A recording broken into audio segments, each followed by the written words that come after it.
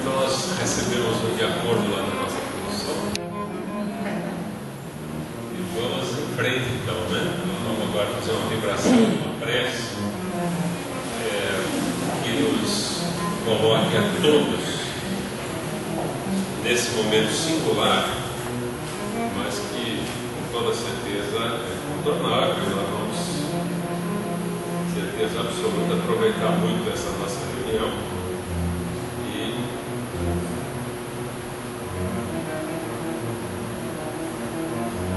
agradecer aos bons espíritos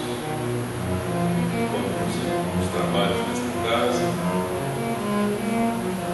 representantes de Jesus, a crosta terrestre, que nos inspiram, nos orientam, nos encorajam, nos acolhem sempre e nos oferecem a oportunidade desse trabalho conjunto em que nós, ao longo dos dias, das semanas, dos meses, vamos nos encontrando com eles de forma sistemática, nos nossos trabalhos todos, e muito especialmente, uma vez por mês, nessas palestras que são realizadas justamente com esse objetivo de nos congregarmos, espíritos encarnados e desencarnados, todos nós interessados na compreensão mais ampla, mais profunda da nossa própria realidade de espíritos imortais e que precisamos compreender melhor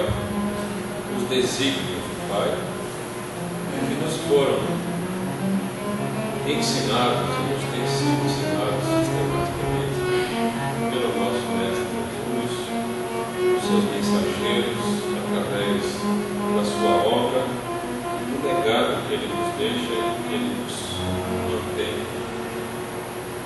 permanentemente, seja através dos Evangelhos, do Novo Testamento, seja através das obras básicas da doutrina espírita, seja através da inspiração permanente, que todos nós estejamos dispostos a sintonizar com frequências mais altas, com vibrações mais elevadas, estaremos suscetíveis de receber. O Otacílio, como sempre, possa ser inspirado e fazer aqui para nós não apenas um passatempo, mas muito pelo contrário, uma oportunidade de refletirmos juntos acerca de um tema do nosso interesse. Ajuda-nos então, Jesus, para que nós possamos ter uma reunião, mais uma reunião bem sucedida que realizamos no teu nome.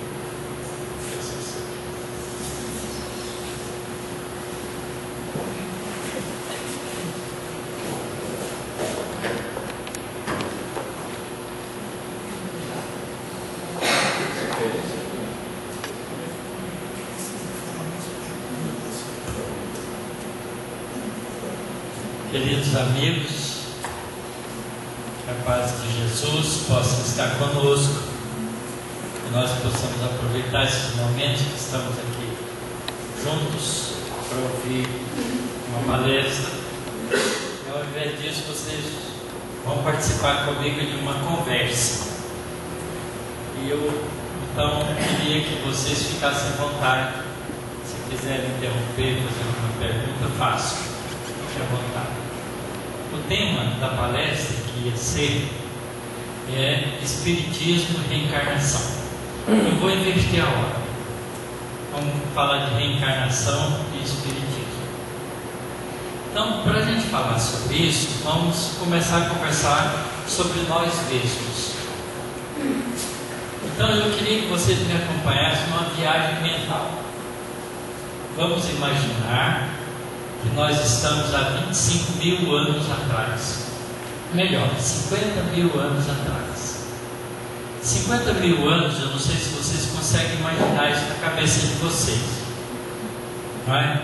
De Jesus para cá nós temos 2.000 anos. 50 mil anos é recuar bastante no tempo, na vida humana. Como é que nós vivíamos há 50 mil anos atrás? Nós éramos grupos pequenos, quase familiares, né? Algumas poucas famílias, vivíamos em grupo e nós vivíamos para a sobrevivência. Como fazia a grande maioria, fazia todos os animais, né? Então nós fazíamos isso também. A gente vivia para coletar, não é? E caçar alimentos. Nós éramos caçadores-coletores e vivíamos em grupos pequenos. Obviamente que o ser humano, nessa época, ele era dos animais, um dos animais muito frágeis, porque ele não contava com garras, não contava com a habilidade dos símios, dos macacos, por exemplo, ele já não vivia mais em árvore. Para se proteger, a gente morava em cavernas, buscava abrigos naturais para a gente se acomodar. Então vivíamos em lugares onde podíamos coletar alimentos e caçar alimentos. E a nossa vida era quase que 100% isso. Obviamente que à noite, que a gente não ia nem caçar nem coletar, a gente tinha desafios diferentes, né? A gente não dormia imediatamente, mas a gente podia observar o céu. A gente já tinha processos de comunicação uns com os outros. A gente não tinha uma língua bem estabelecida, mas a gente se comunicava uns com os outros e vivia em grupos pequenos. Nesses grupos pequenos, obviamente, funcionava a lei do mais forte. O líder era o mais forte, exatamente como é no reino animal. Mas a gente já olhava o céu, né, com olhos de sonho. A gente já sonhava, a gente já tinha condições, né, de fazer questionamentos, alguns questionamentos. A gente já tinha a habilidade de fazer enfeites para o nosso corpo. Então a gente montava, né, com sementes, com pedaços de madeira, com barcos que a gente endurecia com furinho para passar alguma linha que era feita de fibras de plantas para fazer um colar, para fazer um enfeite. A gente já fazia isso há 50 mil anos atrás. E a gente já tinha uma espécie de zelo pela morte, por aqueles que morriam. Então essa é uma coisa curiosa que nos diferenciava dos animais. Quando uma mamãe chimpanzé, o filhote dela morre, ela fica tentando fazer com que ele interaja com ela durante 1 ou 2 dias. Vai lá, pega ele, puxa, ele não reage, larga, faz alguma coisa, volta, até que ela desiste dele. Ela não sabe por que, mas ela desiste dele. Ele morreu. Não é? Nós, há 50 mil anos atrás, já não fazíamos esse tipo de ação. A gente já cuidava dos restos mortais de alguma maneira. Colocava os restos mortais em algum lugar, enterrava e colocava alguns dos enfeites que aquela pessoa usava. Então já tinha uma diferença interessante, muito interessante em relação aos animais. Nessa fase da vida, nós éramos espíritos no mundo primitivo. A Terra era um mundo primitivo. Quando a gente lê o capítulo 3 do Evangelho segundo o Espiritismo e fala sobre as muitas moradas da casa do meu pai, a gente encontra a descrição lá do mundo primitivo. E até então, nessa época, 50 mil anos atrás, vivia um mundo primitivo. E a gente veio progredindo. 25 mil anos, há 50 mil anos atrás, 2 espécies humanas conviviam. O Homo sapiens neanderthalensis, que era o mais antigo, que surgiu há 400 mil anos atrás. E há 50 mil anos ele ainda estava, não é, existente na Terra. E o Homo sapiens sapiens, que surgiu há 190 mil anos atrás.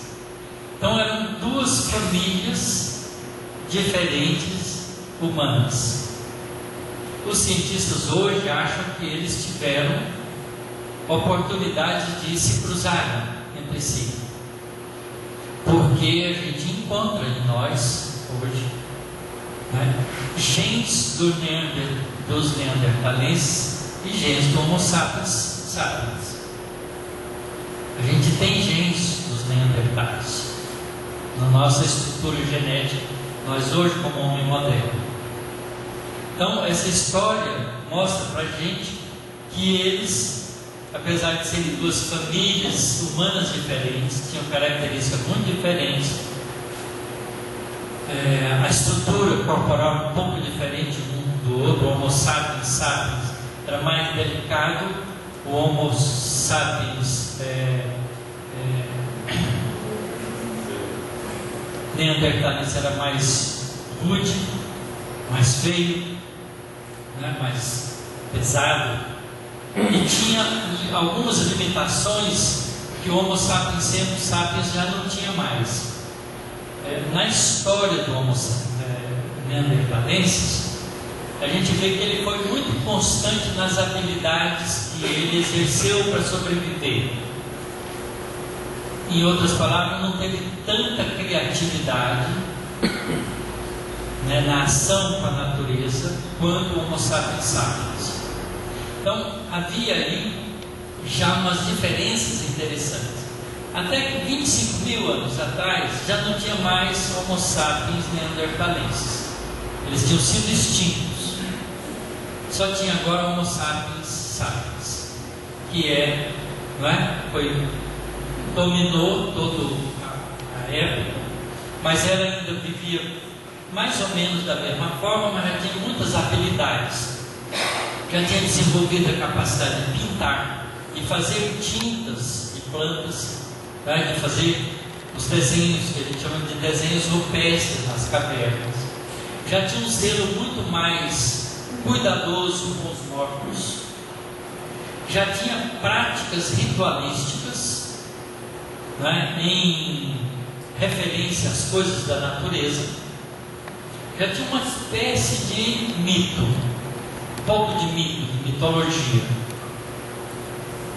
E ele vem desenvolvendo. Nessa época também, a Terra passou por uma época de muito frio, né? Era uma época em que o hemisfério norte ficou muito gelado.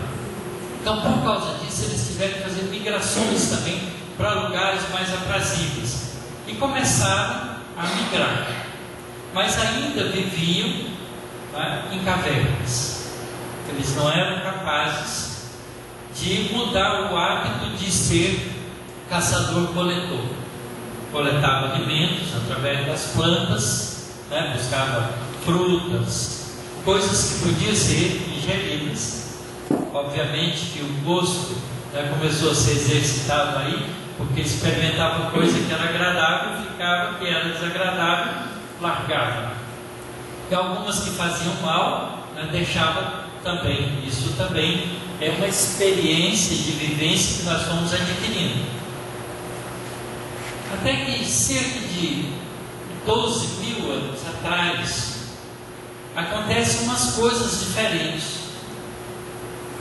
O homem começa, né, esses grupamentos começam, né, porque o clima da Terra melhora bastante, então fica mais agradável, o frio diminui bastante, e o homem então começa a circular mais pelo mundo. Então as grandes migrações começam a ocorrer nessa época, e o mundo começa a ser povoado por esses homens nessa época, de uma maneira muito ampla. Foi mais ou menos nessa época que eles puderam passar da Europa para a América e vir ocupar a América, da ordem de 15, 12 mil anos atrás. Essas datas não são muito precisas, mas isso não importa. Você vai posicionando a gente nesse processo de evolução, porque somos nós que estamos fazendo essa jornada. Porque aqueles espíritos que habitavam aqueles corpos úteis éramos nós. E aí entra o processo, né, no processo evolutivo, a importância da lei da reencarnação. Porque para ir acumulando esses conhecimentos e dando passo adiante, é preciso que sejam os mesmos espíritos. Não é? Porque cada experiência a gente armazena, a gente já tem memória, já tem consciência da própria individualidade, a gente guarda essas informações dentro da gente. Não é? E numa próxima chance, vai repetir isso com tentativas novas. E a gente nascia no próprio meio. Como é que se dá a reencarnação nessa fase? Naturalmente, como se dá a reencarnação nos animais. A gente lê lá no livro dos Espíritos que há muitos espíritos que cuidam dos animais, mas vamos supor que não tenha. Como é que faz? Né? É muito simples, a gente não precisa fazer uma ginástica mental muito grande para entender isso. Se eu não tenho consciência da minha realidade espiritual, mas tenho consciência de que eu existo, quando o meu corpo morre, eu continuo existindo. Às vezes eu não percebo que o meu corpo morreu. É possível, muitas vezes acontece isso, do corpo da gente parar de funcionar, a gente tem um estado de perturbação, como se estivesse dormindo, né? Como se tivesse uma tonteira prolongada. Depois a gente volta a ter consciência da gente. Então, se a gente não acompanhou o desligamento do corpo, a gente olha para a gente mesmo, se vê igualzinho, se pega, se sente, não mudou nada. Vê as coisas que dá à nossa volta, porque o espírito tem percepção da realidade física. Ele tem percepção da realidade física, ele vê as pessoas, vê as coisas, vê as plantas, vê tudo que está em volta. Então, para um espírito que ainda é rudimentar, a diferença entre estar no corpo físico ou estar fora dele é nenhuma. Ele não tem consciência espiritual, tem consciência da sua individualidade. Então, ele fica no grupo. Não é porque ele perdeu o corpo, mas ele fica no grupo. Pode ficar até meio confuso, porque tenta interagir, as pessoas não respondem, porque as pessoas não estão vendo ele. Porque o espírito não é visível ao olho humano, não é? Ele não vê os espíritos, está cheio de espírito que a gente não vê. Não tem nenhuma cadeira dessa que está vazia, pode postar comigo, tá certo? Tem médium vidente aí que pode garantir isso para mim, mas pode estar certo que é assim. Então, não há diferença entre estar no mundo espiritual e no corpo. Ele não percebe isso, senão uma dificuldade de comunicação.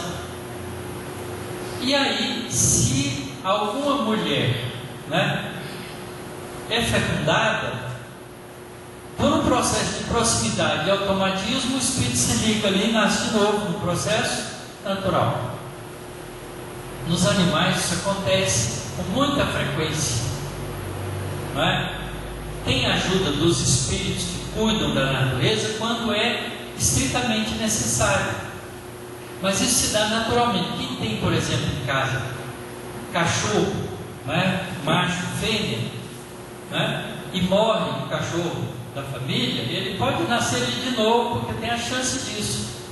É mais difícil se a pessoa não tem isso, então ele vai ter que ser levado para nascer em algum outro lugar, para ter a oportunidade de ter, né, uma fêmea que fica prenha para poder nascer. Então aí é encaminhado, tem que ser encaminhado por algum espírito, porque o princípio inteligente do animal não tem liberdade nem consciência para procurar isso, não tem como fazer isso, então tem que ser ajudado. Mas o ser humano que fica no grupo, então os processos de renascer, eles se dão no mesmo grupo e de maneira espontânea, natural, sem maiores dificuldades, certo? E ali fica participando do grupo. Isso é muito interessante para a gente, porque a gente começa a desenvolver também, por consequência, uma família espiritual, porque a gente nasce em grupo, naturalmente, muito tempo. E é assim que as nações são feitas, né? os espíritos, para mudar de país no processo reencarnatório, né? Hoje é mais fácil, mas antigamente era mais difícil, porque tem que mudar uma série de condicionamentos, e mesmo assim a gente vê que as pessoas nascem no outro país e tem condicionamento de outro. O Brasil está cheio de gente, né? De espíritos, de pessoas encarnadas que tem condicionamento indiano, condicionamento chinês, condicionamento europeu de diferentes lugares da Europa, do Japão. A gente vê isso, né? Que a pessoa põe para fora aquele costume que adquiriu ao longo de muitas encarnações do mesmo povo. Isso também é natural. Hoje a gente entende o processo da reencarnação funcionando num processo natural de evolução. Então, nessa época de 10, 12 mil anos que aconteceu essa migração enorme, em que os seres humanos se aventuraram, inclusive, não é? Fazendo jangadas grosseiras ainda, a povoarem ilhas, quase que por acidente. E isso aconteceu largamente no nosso mundo, e o homem então proliferou na superfície da Terra, porque o clima permitia isso e porque o espírito de busca permitia isso. Mas aconteceu uma coisa muito interessante nessa fase de 12 mil anos atrás, que foi o homem deixar de ser caçador-coletor para ser pastor-agricultor. Por experiências que foram acontecendo numa sequência natural, não foi de repente. Mas é que na experiência de coletar, você acaba percebendo que uma semente cai e depois nasce uma plantinha. Então eu posso promover isso, certo? Então a experiência de plantar vem de uma observação da natureza. A mesma coisa, como os homens começaram a ficar difícil de fazer caça, porque o homem ao caçar ele precisa estar em grupo, porque ele é frágil. Ele sozinho enfrenta uma fera para poder se alimentar dela. Então ele tem que fazer esse grupo. Os grupos foram crescendo porque isso garantia sobrevivência, força, né? Continuidade, proteção para a família. Então as regras de convivência em grupos maiores começaram também a ser estabelecidas. Quem era o chefe era o mais forte, sempre ainda, né? Ainda valia a lei do mais forte, do mais esperto, do mais capaz de dominar os outros, né? Aí já começa a aliar a inteligência com força, né? E começa a formar os grupos um pouco maiores. E aí eles perceberam que os animais migravam para buscar alimento em outros lugares. Então, ao invés de eles caçarem os animais, eles acompanhavam os animais. E isso ajudou o processo de migração, de conhecer novas terras. Quem já assistiu esses filmes da África, né, que tem muito na época, mostrando as diferenças sazonais por causa do clima, vê que os animais migram buscando as regiões onde tem pasto, onde tem alimento. Então o homem começou a fazer isso, a acompanhar os animais, porque eles tinham a caça fácil. Mas para fazer isso ele teve que desenvolver abrigos que pudessem ajudá-lo durante a noite, porque à noite, né, ele tem que estar protegido, certo? Então ele começou a inventar processos que pudessem ajudá-lo. Então ele fazia alguma casinha, alguma cabana, alguma coisa que pudesse abrigá-los ali, enquanto estava junto com aquele bando de animais. Se os animais migravam, eles acompanhavam, até que eles perceberam que eles podiam cercar um pouco deles, e em vez de acompanhar, cuidar deles para ter o alimento. Então aprenderam a fazer do pastoreio, fazer o controle do animal para poder ter o alimento mais fácil e plantar. Então ele deixou de ser o o ser humano, né, caçador, coletor, para virar o agricultor, pastor. E para fazer isso, então ele podia escolher o local adequado, mais adequado. Então escolhia locais que podiam ter segurança e começaram a construir os primeiros abrigos que pudessem garantir para eles a segurança, especialmente durante a noite. Então as primeiras cidades construídas são cidades de pedra empilhada, né, para fazer uma caverna, fazer uma gruta com pedras empilhadas. Então as primeiras cidades que aparecem a partir dessa época são cidades desse tipo. A gente tem na história uma cidade descoberta, a mais antiga delas, que tem 8.600 anos de existência. Está na região onde está a cidade de Jericó, hoje na Palestina. É uma antiga Jericó. E lá, nessas escavações feitas, eles perceberam, pelas bases das casinhas que restaram, né? Eu conheci alguns castros. Lá na Espanha chamam-se de castros. São as cidades de pedra e locais que viviam um grupo de pessoas, às vezes na beira do mar, numa pedreira em cima do mar, porque ali tinha pesca, tinha alimento. E eram cidades pequenas que abrigavam no máximo, quando muito, 500 famílias. Então era uma cidade muito pequena. A gente hoje, quando lê o Evangelho de Jesus e vê falar na cidade de Cafarnaum, de Nazaré, essa cidade a gente imagina que era uma cidade do tamanho das nossas. Nada disso. Eram vilas, cidades de no máximo 5.000 habitantes, né? Porque a população da terra na época de Jesus era de 300 milhões de pessoas. Nós somos 7 bilhões hoje, certo? De encarnados. Então é uma diferença muito grande. As cidades eram pequenas, eram vilarejos.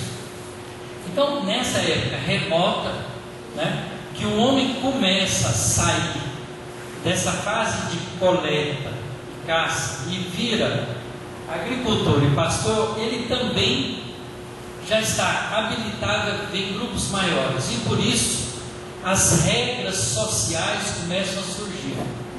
A gente começa a aprender a viver em grupo, com regras estabelecidas que tem que valer para todo mundo.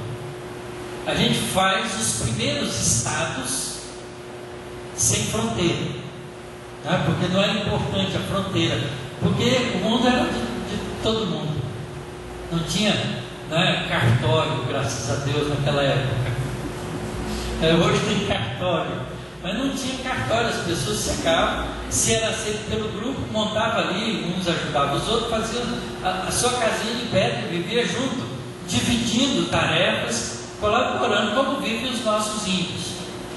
Os nossos índios, muitas das atividades que eles realizam, principalmente aqueles que têm pouco contato com a civilização, é dessa época de 8 a 10 mil anos atrás ainda, fase neolítica do desenvolvimento humano. Mas as regras sociais traz uma coisa muito interessante, mostrando a conquista do espírito, que nesse processo natural de nascer do grupo, adquire, que é o que é bom para o outro é bom para mim, o que é bom para mim é bom para o outro.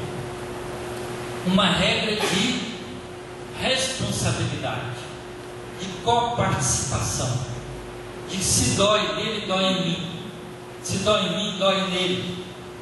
Então o conceito de certo e de errado cresce, que era simplesmente antes disso, na fase primitiva, de agradável e desagradável, passa a ser conceito de certo e errado, porque se algum membro daquele grupo fizesse alguma coisa que era desaprovada pelos outros, ele era rechaçado ou até morto, como acontece em animais, algumas classes de animais que vivem em sociedade também.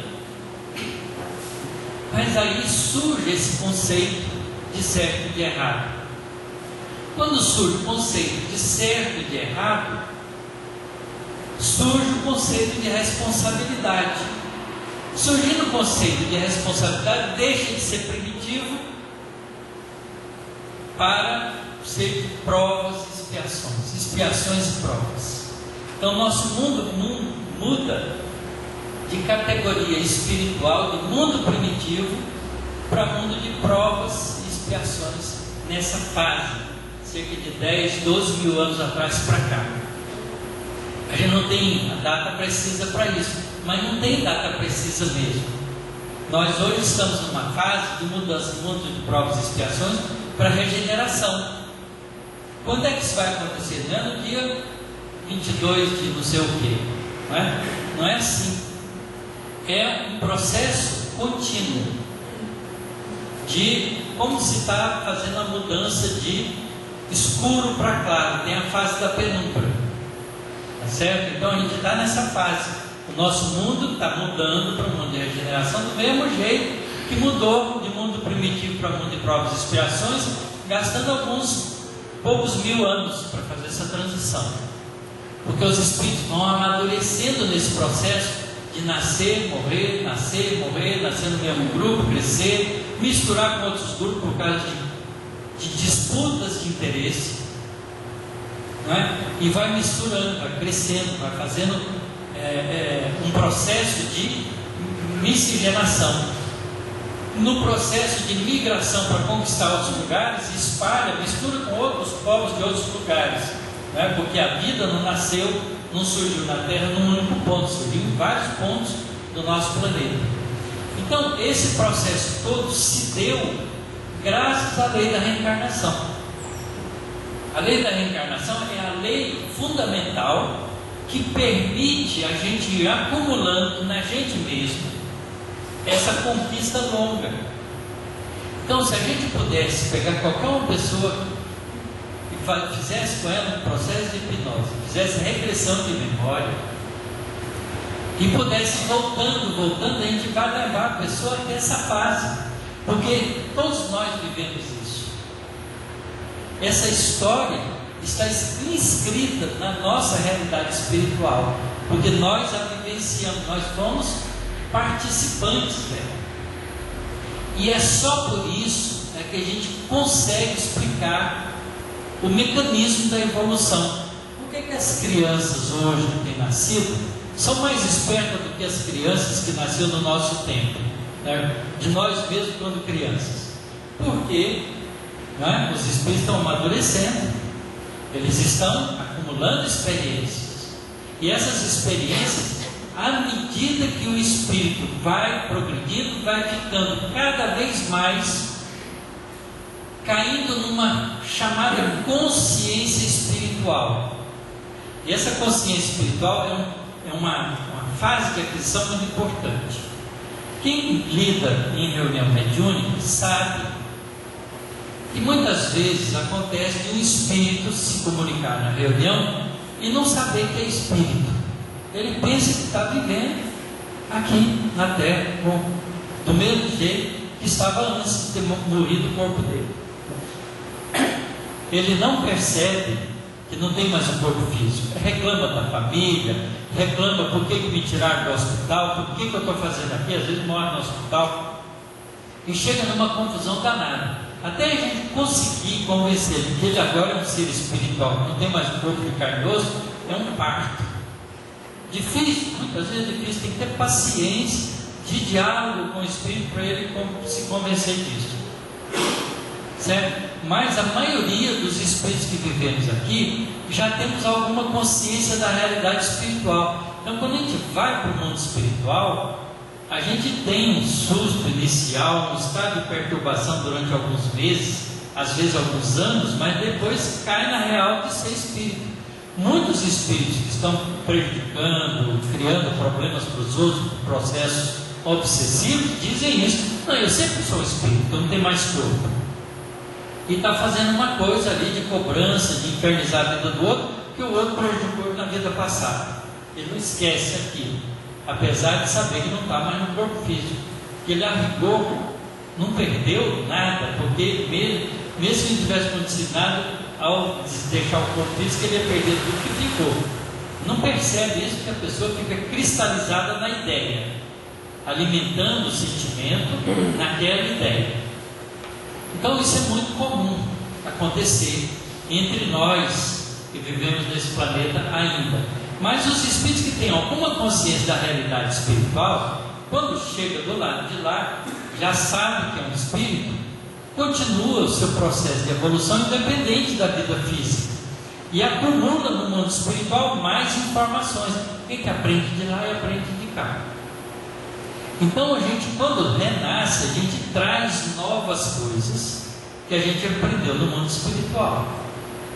Então é por isso que as crianças vão dando passos para frente cada vez mais rápido, porque a consciência da realidade espiritual é um ganho muito importante. E aí que entra a doutrina espírita, né? A gente falou do processo de evolução através desse mecanismo, né, reencarnatório, espontâneo, natural.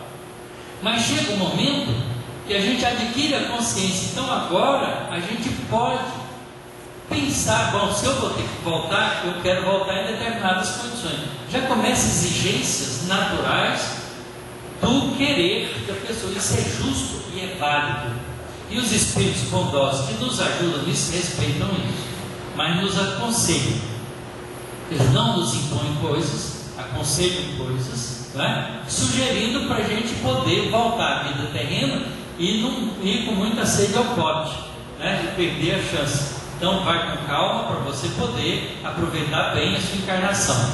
Então nesse processo há uma mudança de qualidade outra vez.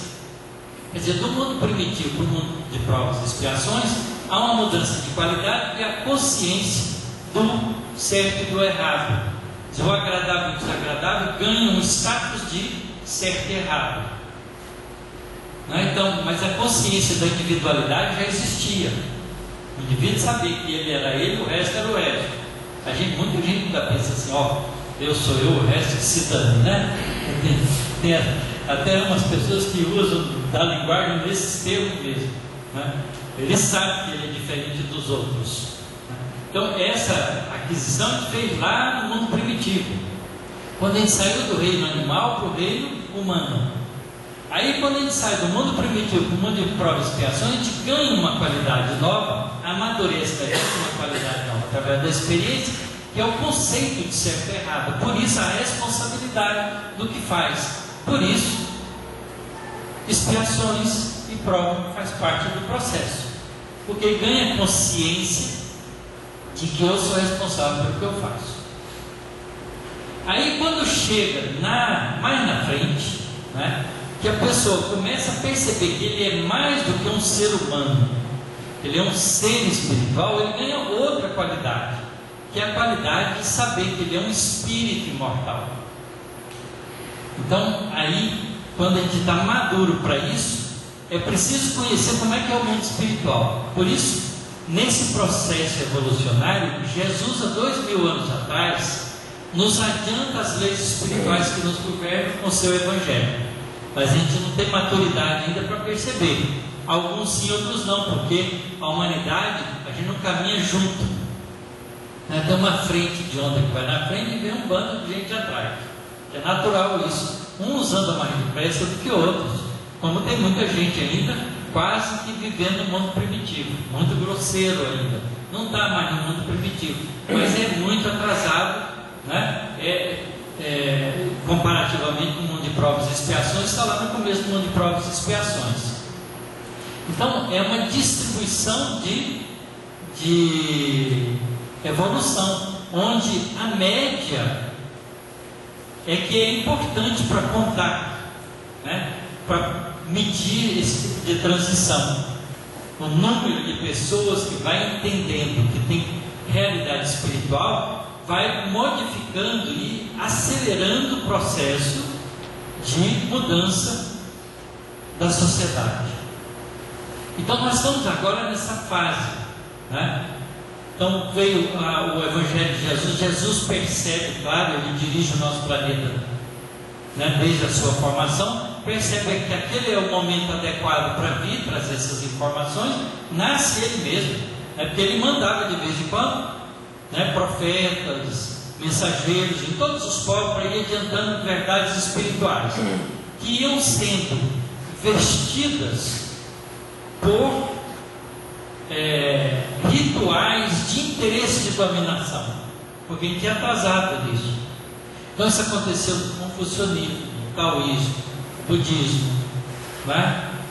Aconteceu na crença de um Deus único do povo judeu. Aconteceu isso com os antigos egípcios, tá certo? Então essa coisa é natural. A classe sacerdotal vira a classe dominante junto com a classe dominante política, de poder do mais forte, do mais violento, do mais agressivo, do mais esperto. A gente ainda está nessa fase. O nosso mundo ainda é dirigido pelos mais espertos, porque o nosso sistema democrático não permite a gente escolher os de melhor moral, né? A gente não escolhe o de melhor moral. Para falar a verdade, não sabe nem distinguir um do outro, né? As pessoas falam, não, você tem que aprender a votar, mas a gente não votar, a gente sabe, vai lá e marca. Mas quem é uma escolha complexa. Então a gente vai escolhendo gente entre a gente mesmo. Por isso a gente vai tendo essa coisa se repetindo, esperando a melhoria da qualidade média da população. Só vai melhorando com isso. Já foi pior, agora está melhor, mas ainda falta muito, tá certo? Então, depois que Jesus lança esses ensinamentos, que se propaga no mundo ocidental e até no mundo oriental, na base da violência, porque o cristianismo, né, vestido com as roupagens das igrejas cristãs, ganharam o mundo meio na esperteza e na violência. Houve uma época que a igreja contratava gente bruta, tá certo? Como padres para catequizar as pessoas, e elas tinham que ir à igreja. Se não fosse, apanhava mesmo. Nós fizemos parte disso, é a nossa história. Muitos de nós fomos padres e freiras desse tipo, tá certo? Porque essa é a história da nossa evolução, de nós que vivemos no planeta Terra, graças ao processo reencarnatório. Mas isso vai melhorando, a gente vai crescendo, vai mudando. Então, amadureceu para ter as ideias mais espirituais. Jesus vem, apresenta elas são pouco compreendidas, e é natural, mas uma classe de pessoas consegue compreender e avança com elas e espalha pelo mundo. Depois ela ganha o apoio político dos que mandavam, né? Viram igrejas ou religiões de Estado, e aí ela extrapola, porque as pessoas que estão fazendo a propaganda disso são pessoas também que querem poder. Somos nós, né? E vamos fazendo isso. E aí, mas sempre no meio dessa coisa tem sempre algumas pessoas que são espíritos mais adiantados que fazem direito. Então, os exemplos bons sempre existiram, tá certo? Mas é como a semente que Jesus diz lá na parábola do semeador, semente que cai no meio do espinheiro, né? Ela nasce, brota, mas o espinheiro sufoca ela. Ela cresce um pouquinho, mas não vai muito adiante, até que o terreno fique bom para crescer e dar frutos. Então, com isso, a gente passou quase 1800 anos, mais ou menos, com esses ensinamentos de Jesus, sem uma compreensão maior dos valores espirituais, até que o próprio desenvolvimento do conhecimento científico derroga o domínio da religião. Vocês podem ver que a grande maioria das civilizações antigas eram civilizações teocráticas, não é? Que a religião estava junto com o poder.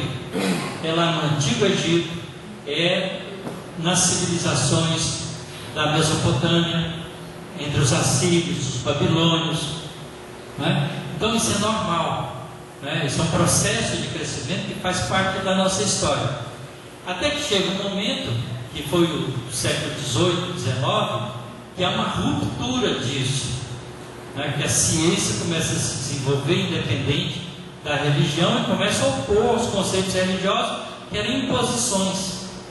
A não compreensão clara dos ensinamentos de Jesus criou regras teológicas. E essas regras teológicas tinham que ser obedecidas, era um dever religioso. A gente ia cumprir um dever religioso, a gente não ia porque a gente acreditava naquilo. Por isso que essas religiões de dever estão em falência, porque a gente não aceita mais isso, a gente quer compreender as coisas. Então vem o movimento do mundo espiritual, né, que fazia parte desse contexto, desse processo evolutivo, para trazer as informações espirituais de forma clara e definitiva para todo mundo, principalmente as coisas fundamentais e básicas. E aí então a doutrina espírita é estabelecida como regra. Então daí para diante o espiritismo entra como um manancial de conhecimento para aqueles que, tendo algum amadurecimento da realidade espiritual, mas não compreendendo como, pode saber. Aí esbarra na reencarnação, que sempre foi ensinado em todas as teologias passadas, mas muito pouco compreendida. E ela agora vem com clareza, porque além da gente entender ela como uma lei da natureza, a gente entende e aprende como é o mecanismo reencarnatório.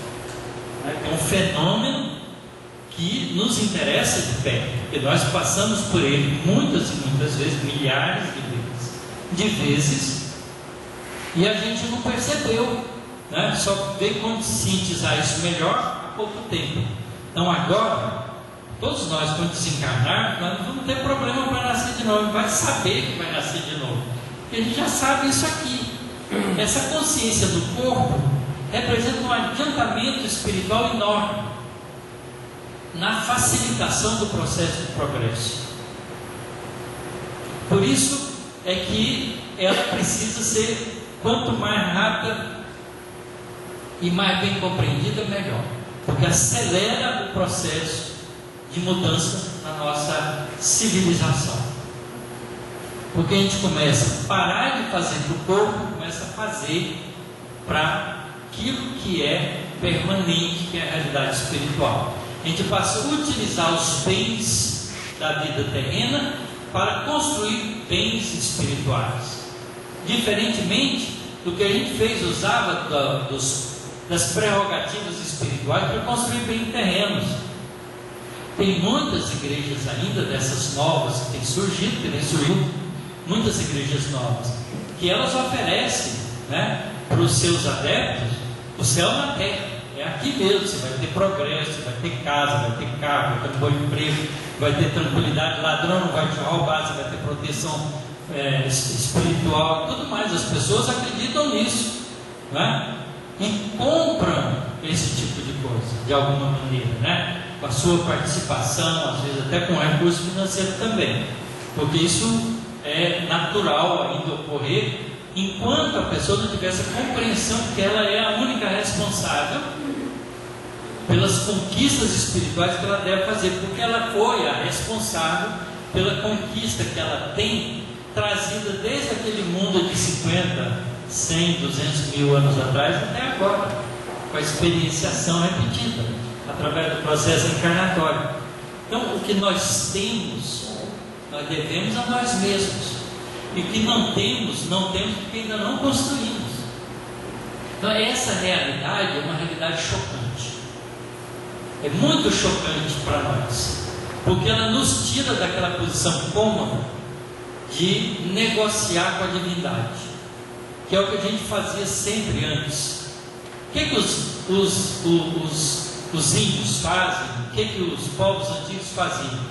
Começava a acontecer catástrofe, os deuses estão revoltados com Deus, vão fazer oferenda para eles, acalmar os deuses, não é? Então a gente ainda tem um resto disso, porque a gente faz promessa, faz negociação, pede graça, né?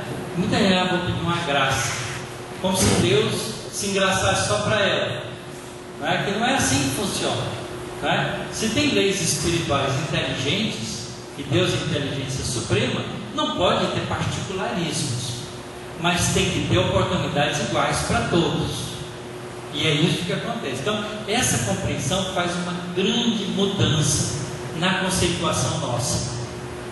Então ser espírita não é frequentar uma nova religião, é entender a realidade espiritual dentro de si mesmo, com a sua capacidade de entendimento, e utilizar isso em favor de si mesmo para o seu crescimento espiritual. Isso é independente de frequentar qualquer lugar que seja. A gente frequenta porque é bom trabalhar junto, mas não é necessário. Necessário é a compreensão espiritual. Vocês querem ver por que não é necessário? Porque muitas pessoas evoluíram antes da doutrina espírita vir e progrediram independente dela, porque ela não estava aí. Por quê? Porque conseguiram compreender as lições espirituais de Jesus e ser cristão fora das igrejas cristãs, porque as igrejas cristãs não eram cristãs de fato. Leiam o livro Memórias do Padre Germano. Vocês vão ver como que um cristão dentro da igreja sofre, porque ele mostra isso. Ele não podia ser cristão, ele não podia amar o próximo, não podia fazer as coisas pelo, abdicar da igreja em favor das pessoas. Ele podia fazer isso porque o bispo não deixava. Primeira igreja, aliás, ainda é da teologia católica, se você tem amor à Santa Madre Igreja, tá certo? Muito mais às vezes do que Jesus, aos ensinamentos espirituais, coisa que o vale. Então a gente está saindo disso, está entrando numa realidade nova, e essa realidade nova vem em favor da gente, porque ela implica na nossa descoberta espiritual.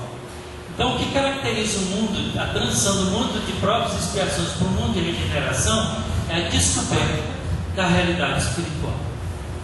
É a convicção que a gente vai criando dentro da gente de que a gente não é homem nem mulher, a gente é espírito reencarnado.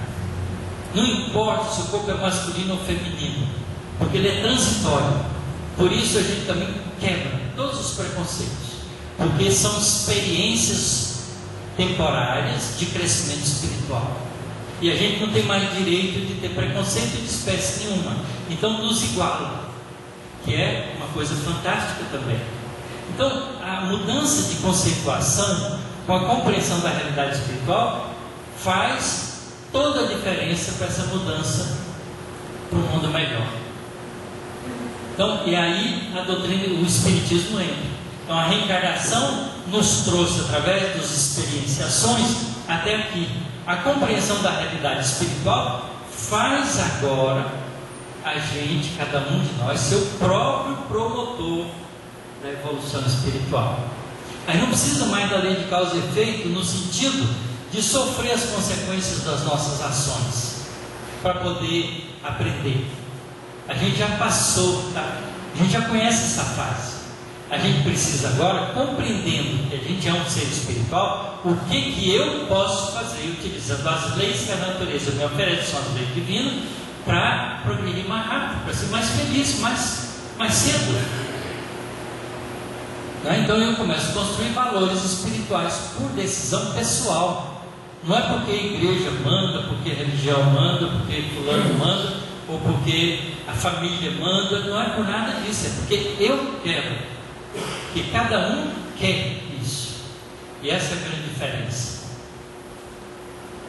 certo? Então veja como a gente, num retrospecto mais ou menos rápido, a gente pode englobar o processo de progresso do espírito em evolução de uma maneira elegante, muito elegante, e enxerga nisso a sabedoria divina. Não podia ser diferente, tinha que ser assim. Como é que você vai partir de uma posição simples, ignorante, e chegar numa posição de sábio e bom? Através de um processo de aprendizado. Então a vida na Terra é um aprendizado, é uma escola espiritual. A Terra é um planeta, como muitos planetas que existem no universo, que abriga espíritos num processo de aprendizado a caminho da simplicidade na criação para a perfeição divina, para partilhar com Deus da própria criação, que é o que a gente vai acontecer com a gente. Aliás, a gente já está fazendo isso. Quando os cientistas vão lá né, faz um trabalho genético para melhorar uma espécie, alguma coisa, ele está ajudando o processo de evolução, né, está colaborando com isso. Quando a gente cuida das plantas para fazer melhoria, cruzamento, você já viu o tanto de orquídea que tem, de espécies diferentes, né? Porque as pessoas misturam pólen uma da outra para fazer variedade nova. Isso tudo é um processo de experienciação na vida que faz um caminho de busca de se aproximar cada vez mais do nosso grande trabalho de ser co-criador com Deus. Um dia nós vamos ser espíritos tão evoluídos quanto Jesus e podemos dirigir planetas em formação, igualmente, porque o universo é infinito, é imensurável, não é? Então nós vamos poder fazer isso, porque os astrônomos olhando hoje, examinando os céus, existem estrelas em formação que vão fazer sistemas planetários mais tarde e que vão abrigar a vida, porque Deus não para de criar. Quer dizer, o nosso conceito daquele Deus que criou o mundo foi por terra, porque ele passou a pensar como ser espiritual. Deus não criou o mundo, Deus cria tudo que existe, que vai existir no futuro. Deus continua criando. Quando uma estrela, um sistema estelar está surgindo de poeira cósmica, num processo de colapso gravitacional, está começando um sistema novo, com complexos novos. Eu não sei se vocês já olharam para as Pleiades. As Pleiades são um conjunto de estrelinhas, bonitinho, que fica mais ou menos desse lado aqui. É difícil ela ver, porque ela é um conjunto de várias estrelas e estão muito longe e elas piscam, né, são muito, o brilho dela é muito pequeno. Mas um binóculo você vê ela perfeitamente. Um binóculo. As Pleiades são estrelas que têm só 200 milhões de anos. Novíssima. O Sol tem 5 bilhões de anos. Nosso Sol, nossa estrela, muitíssimo mais velho. Compara essa idade com a idade da criança e do ser humano, não, acho que não vai dar, né? O ser humano já morreu para comparar a idade da criança com ela, certo? Tal é a distância em tempo. Então, nas Pleiades vai surgir sistemas planetários. Está surgindo. Quem sabe, né, daqui a alguns milhões e milhões de anos, a gente já tem aptidão para participar como colaborador, junto com algum espírito crístico, da formação de sistemas planetários assim. Porque Jesus não trabalhou sozinho, ele trabalha com uma pleiade de espíritos que o ajudam. E como eu disse, quando eu vier, junto com os meus anjos, os anjos que me ajudam, aí ele fala isso no Evangelho. Então ele deixa claro que ele não trabalha sozinho. Então esse entendimento só surge para nós agora, porque nós já estamos maduros como espíritos capazes de entender que nós somos espíritos imortais. Esse entendimento faz a diferença. Então a gente quer um mundo melhor, então a gente tem que construir esse mundo. Que jeito? Melhorando a gente primeiro, porque não pode pedir para os outros serem melhores do que a gente se a gente não faz esforço de ser melhor também. Então o esforço de ser melhor, né, ajuda outras pessoas que já estão nessa fase de entendimento também a se sentirem fortalecidos para caminhar junto. E a gente como grupo vai transformando o nosso planeta, saindo da penumbra para entrar na luz, né? Transformando o mundo de provas e expiações nosso num mundo de regeneração. Isso é processo reencarnatório.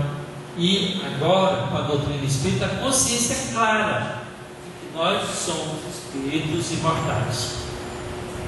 Então isso faz muito sentido, né? Eu não sei se era isso que o nosso palestrante queria falar, mas é a minha maneira de ver esse conceito dentro do que eu tenho buscado estudar e compreender da doutrina espírita. Não sei o que vocês pensam a respeito, mas a gente ainda tem algum tempinho. Se vocês quiserem fazer pergunta, dialogar, falar alguma coisa para acrescentar, hoje é papo livre. De qualquer maneira, muito obrigado pela atenção de vocês.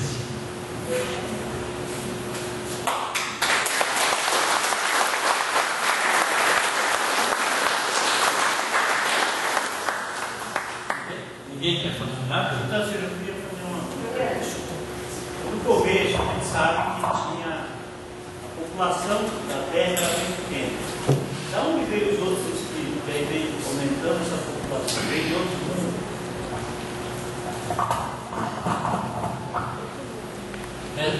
Essa é uma pergunta importante da gente entender, certo?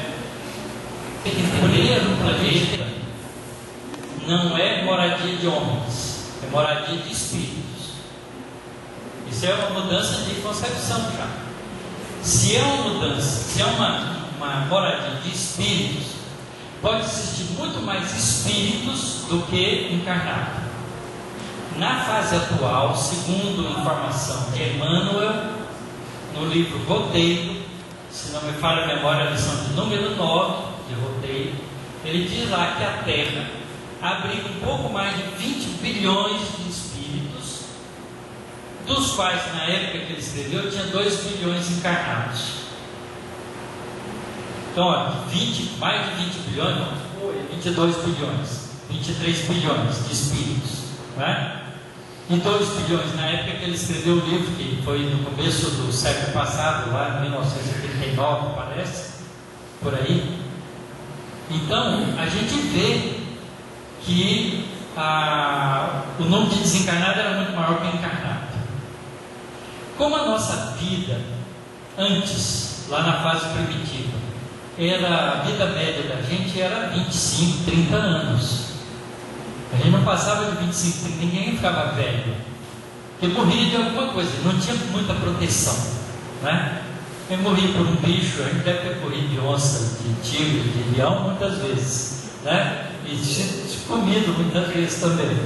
É natural esse processo lá atrás, certo? A gente, quando vê os filmes, vê acontecer nas brigas, nas disputas. Então, nossa vida, então o processo de reciclagem era mais rápido do que agora.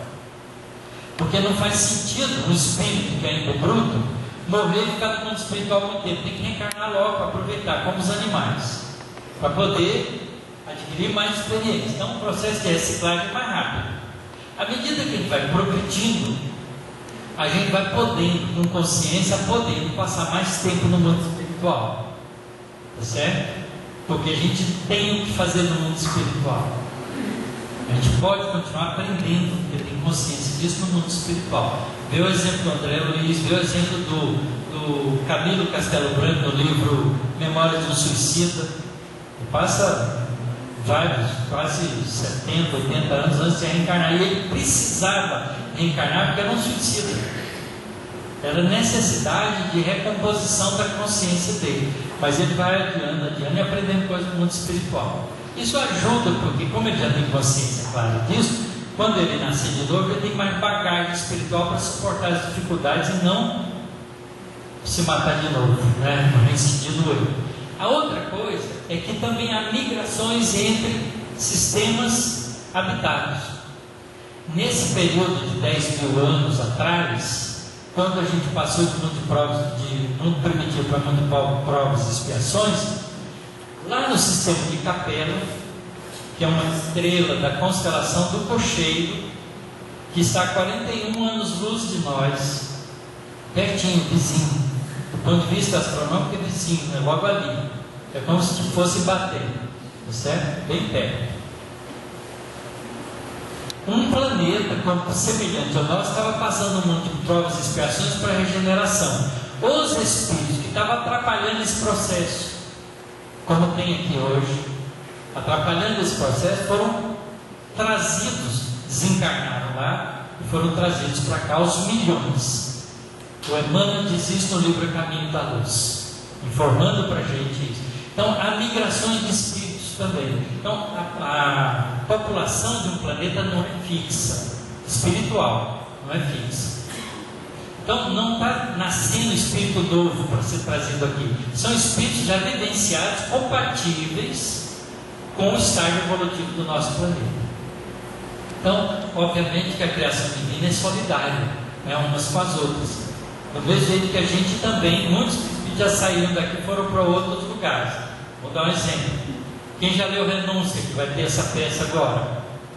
No livro Renúncia, o espírito que se denomina Alcione estava vivendo aonde?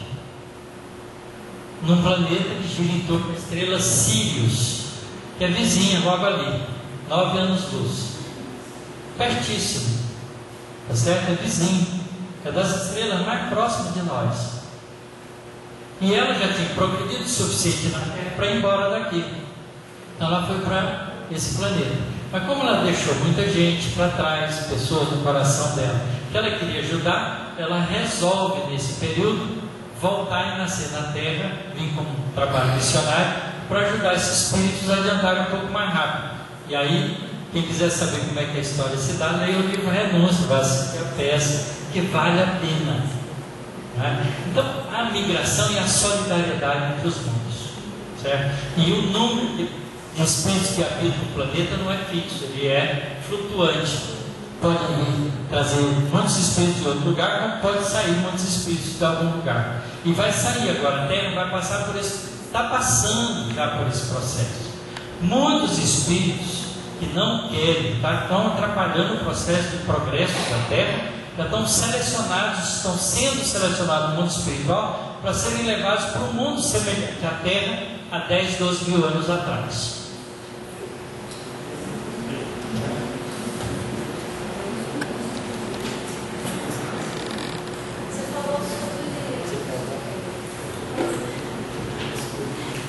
Você falou sobre estamos passando de provas e expiações para um mundo de regeneração. Então, nesse mundo de regeneração, a gente vai estar em um processo evolutivo em que não vamos mais precisar expiar nenhuma prova para que isso seja um efeito de progresso na nossa vida, né? Não vamos ter mais, passamos pela regeneração, a gente não tem mais prova, não tem mais uma expiação de uma coisa cometida anterior. É difícil assim, pra gente hoje, pelo menos pra mim, assim, no conceito que a gente tem de estar expiando provas passadas, esse é um dos maiores efeitos que nos fazem cumprir, né? A dor, enfim, o sofrimento. Isso também é interessante, né? Porque uma das características do mundo de regeneração é que quase não há mais expiações. Quer dizer, expiação é exceção. Mas provas existem. A gente tem que distinguir prova de expiação. Expiação é revisitar o erro cometido no passado para sofrer as consequências daquilo que foi feito. Certo? É um aprendizado que dói nos outros aquilo que você fez. Tem que doer em você para você sentir que aquela dor é uma dor que não vale a pena impor a ninguém. Certo? O espírito que precisa da expiação está nessa fase de entender isso. Quer dizer, às vezes a gente tem esse tipo de atitude. Quando a pessoa chega para ele, estou com uma dor de cabeça terrível, a gente nem leva em consideração que a dor é dele, não é nossa. Né? A gente não sabe sentir a dor dele. Quando a dor na nossa cabeça, a gente sabe o quanto que dói. Então, à medida que a gente progride, esse conceito, esse sentimento de compreender a dificuldade alheia cresce na gente, a ponto da gente, quando alguém faz uma reclamação desse para a gente ajuda ela de alguma forma, porque a gente sabe que é difícil suportar. Então esse conceito é um conceito que o espírito que vai se regenerando vai adquirindo. Então no mundo de regeneração há pouca expiação mesmo, mas há provas, porque provas é para o espírito que continua aprendendo. Provas são experiências que você passa para testar se você realmente aprendeu, aproveitou aquilo, certo? Eu uso o André Luiz, se ele não gostar, ele pode depois reclamar comigo, né? Mas eu uso muito o André Luiz, porque a gente acompanhou o André Luiz de um espírito que faliu, né? Que ficou considerado suicida depois que desencarna, depois progride tanto no mundo espiritual, a ponto de estar trabalhando de uma maneira linda no mundo espiritual, não é? Então, ele aprendeu muito no mundo espiritual. Aí a gente pode perguntar assim, até que ponto aquilo está consolidado dentro dele? Essa pergunta a gente pode fazer. Como é que ele pode responder isso? Reencarnando, esquecendo parcialmente a vida espiritual e agindo na vida cotidiana, sendo experienciado nas dificuldades todas, e vai pensar se ele tem paciência, compreensão, tolerância, tá certo? Então esse tipo de coisa a gente precisa, ainda mesmo no mundo de regeneração. Mas no mundo de provas e expiações, as expiações são ainda muito fortes, muito presentes. E a gente vê todo dia acontecer isso, né? Porque tem problemas de expiações coletivas, tem problemas de expiações particulares que a gente acompanha, pessoa que nasce com dificuldade, fica imobilizada uma vida inteira. Essas coisas não são... Por que o espírito vai ficar imobilizado no corpo a vida inteira? E se ele puder ter um corpo bom para progredir, é o melhor, né? Mas ele precisa daquilo porque ele imobilizou muita gente, não sabe ainda quanto dói aquilo. Então ele está aprendendo uma experiência. Então pode demorar um pouco, mas é importante aprender isso. Então isso é expiação, certo? Então a gente ainda precisa de expiações. Mas se nós queremos, olha só, vou dar agora um conselho para nós todos, inclusive para mim. Eu sempre falo que o ouvido que ouve o que eu falo, primeiro é o meu, que está mais perto da minha boca. Eu falo para mim e vocês aproveitem. Que é o seguinte: se a gente está nesse limiar, nessa mudança de mundo de provas e expiações para a regeneração, e quer ir para o mundo de regeneração, é melhor expiar tudo que a gente puder agora. Então, nada de reclamar de dor, de sofrimento, de dificuldade, porque é a nossa chance de pagar as contas e ir para o mundo de regeneração sem dívida.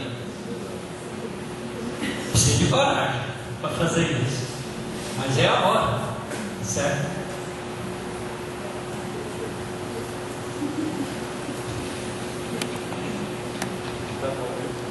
Já são 10 horas, né? Agora da gente. Já são 10 horas, é hora que a gente ir embora. Muito obrigado pela paciência de vocês. Desculpa.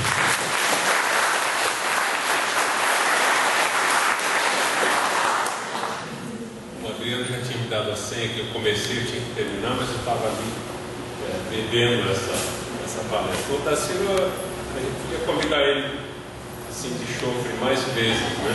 E aí ele foi muito bem, a gente já sabia que iria ver isso. Conhece o grande Tassilo. Na verdade, eu queria acrescentar devia estar encerrando, mas eu queria só acrescentar uma coisa, a partir daquela pergunta, né? De onde vêm os espíritos? A gente aprende também com a Emmanuel que a gente não faz a passagem de princípio espiritual para espírito no mesmo mundo. É no mínimo desconfortável você lembrar que foi cachorro, cavalo, etc. Então aí já tem uma migração, né, de princípios espirituais que vão chegar a um limiar num certo mundo ou num conjunto de mundos e eventualmente já prontos para essa passagem vão ser convidados a esse transplante, né, que vai de um planeta para outro. E acho que você dá uma chance para nós, né? Nós que não temos muita expiação, estamos no finzinho, pode ter mais uma encarnação talvez, nesse rabicho quer dizer, essa passagem para o mundo de regeneração certamente vai levar ainda muitas décadas, é um processo, né? Um século. Bom, nós temos que fazer um sorteio. Essa é a parte normalmente mais esperada, né? E aí nós vamos até que número? 5, 7. Você quer sortear o primeiro? Esse aqui é o livro Ação e Reação, da série do André Luiz.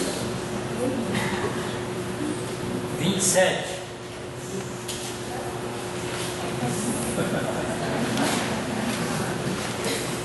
Você vai encontrar muita resposta aí. Obrigada.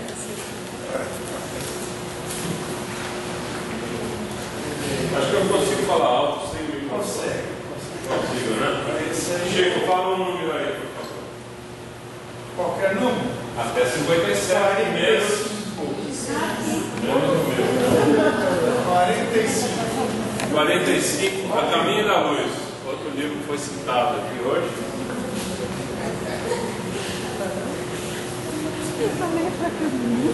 Entre a Terra e o Céu. Outro da série do André Luiz. E aí eu posso fazer isso. Não, só eu mesmo não posso. É até qual? Você falou? 57? 49. 49. Dou de duas.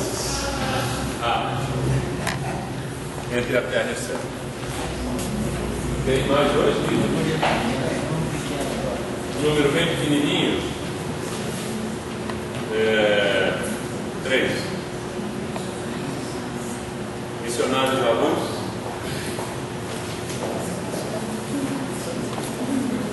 E um grandão, né? Recentemente nós descobrimos que os últimos serão os ganhadores também, mas vamos pegar o penúltimo então. 56, quem é? 56? Não quer? Já tem? Fonte Viva.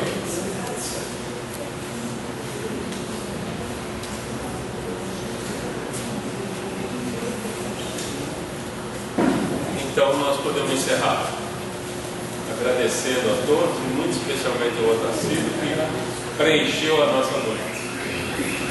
Até breve para todos.